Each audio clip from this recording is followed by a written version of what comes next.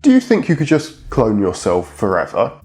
What I mean is, if you clone yourself, could you then clone that clone, and that clone's clone, and that clone's clone's clone, on and on and on?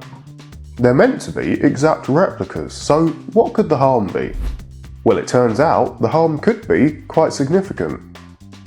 In a 20-year study of mice where individuals were produced in such a way, with each generation being cloned from the last, it was seen that after 58 generations, the clones simply stopped being viable, all dying soon after birth.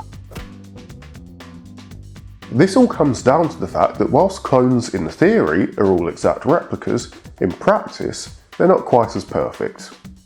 With each new generation there's a risk of genetic mutations occurring, and whilst initially these mutations might not cause too many problems, as the generations go on and the mutations begin to accumulate, with each generation copying the mistakes of the last, you eventually end up with too many to keep going.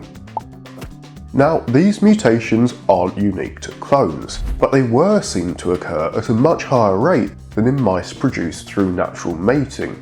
So alongside acting as a sort of warning to anybody considering producing a clone army of themselves, it also goes some way to explaining why so few vertebrate lineages and no known mammals are shown to clone themselves in nature.